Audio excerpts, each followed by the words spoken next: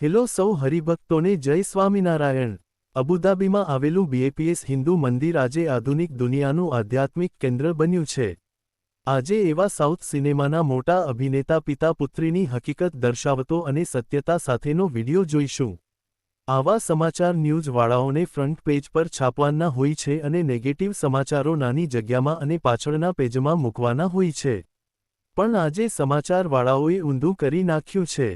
આજે ગુજરાતમાં અમુક નીચલી કક્ષાના સમાચાર વાળાઓ સ્વામિનારાયણ સંપ્રદાયનો વિરોધ કરીને પોતાની ટીઆરપી વધારવાના ચક્કરમાં સનાતનને તોડવાનું બહુ મોટું ષડયંત્ર કરી રહ્યા છે। એટલે તમામ ગુજરાતના લોકો સમાચાર વાળાઓની દ્રષ્ટિએ નહીં પણ પોતાની દ્રષ્ટિએ જોતા શીખો। અબુધાબી હિન્દુ મંદિરમાં સાઉથ સિનેમાના કિંગ રજનીકાંત સર, અલ્લુ અર્જુન, ચિરંજીવી જેવા અનેક સાઉથના સેલિબ્રિટીઓ આવ્યા છે। તેમાંના જ એક સારા અભિનેતા આર શરથ કુમાર જેઓ અબુધાબી મંદિર મૂર્તિ પ્રતિષ્ઠા મહોત્સવમાં પણ હાજર રહ્યા હતા। ત્યારબાદ તેઓ ફરીવાર પણ દર્શન માટે આવ્યા હતા। આર શરથ કુમારે 150મી વધુ ફિલ્મોમાં કામ કરેલું છે। તમિલનાડુ રાજ્યના રાજકીય નેતા અને બોડી બિલ્ડર પણ છે। તાજેતરમાં જ તેઓ તેમની પત્ની અને દીકરી વરા લક્ષ્મી અને તેમના જમાઈ નિચોડાઈ સચદેવને અબુધાબી હિન્દુ મંદિરના દર્શન માટે લઈને આવ્યા। આર શરથ કુમારને આ મંદિરમાં કંઈક તો સારો અનુભવ થયો હશે તો જ તેઓ ફરી વાર આવતા હશે ને।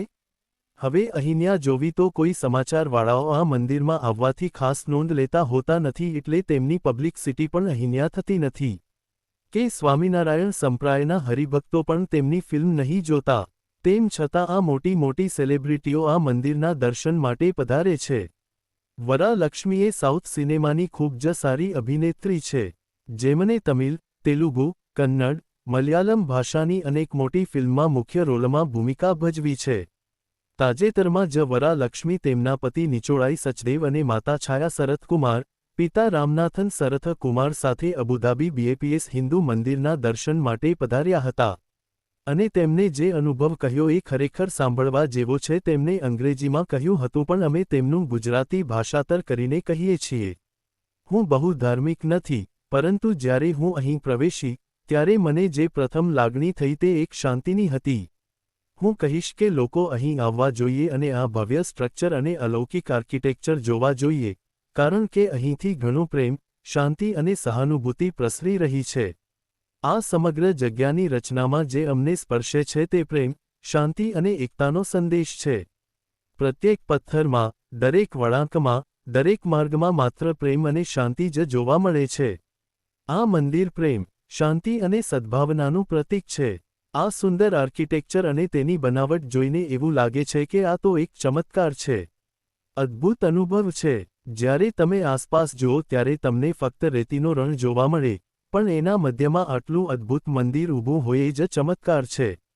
અહીંની સંસ્થાપનાની પાછળ રહેલી આખી કથા, કે જ્યાં કશું જ ન હતું ત્યાંથી આ પવિત્ર સ્થળ ઊભું થયું, તે પ્રેરણાદાયી છે। મને લાગે છે કે કેટલીક વસ્તુઓ ભગવાનની ઈચ્છાથી થાય છે અથવા કુદરતી ચમત્કાર હોય છે। કેટલીક વાર તમારે એ વાતમાં વિશ્વાસ રાખવો જોઈએ જે તમે જોઈ ન શકો। અને આ મંદિર માટે તો હું એ જ કહીશ। હવે તમે વિચાર કરો કે તેમને કહ્યું કે હું ધાર્મિક નથી, ત્યાંથી જ વાતની શરૂઆત કરી, પણ છેલ્લે તે પોતે જ કહે છે કે અમુક વસ્તુઓ ભગવાનની ઈચ્છાથી થાય છે અથવા કુદરતી ચમત્કાર હોય છે। આ જ અબુધાબી હિન્દુ મંદિર અને સનાતન સંસ્કૃતિની તાકાત છે। બાકી આપણે સૌ જાણીએ જ છીએ કે અભિનેતાઓના છોકરાઓ અંગ્રેજી મીડિયમમાં ભણતા હોય છે અને ભારતની સંસ્કૃતિ વિશે કંઈ ખબર નહીં હોતી। તેમ છતાં આ મંદિરની એક મુલાકાતથી તેમના જીવનમાં ખૂબ ઊંડો પડઘો પડતો હોય છે, જે આપણે અહીંયા દર્શન થયા। આવા તો અનેક લોકો આવ્યા છે અને આવો જ અનુભવ પણ કર્યો છે અને કરે છે। અને તમામ હરિભક્તો આ વિડીયોને અવશ્ય શેર કરો જેથી મીડિયા દ્વારા લોકોને ગેરમાર્ગે દોરવામાં આવે છે તેવા લોકોને ખ્યાલ આવે કે સ્વામિનારાયણ સંપ્રદાય અને તેમના મંદિરોથી આજે સનાતન ધર્મને કેટલું પોષણ મળી રહ્યું છે અને મોટા લોકોને પણ કેવો અનુભવ થાય છે એમના તેઓ દર્શન કરી શકે।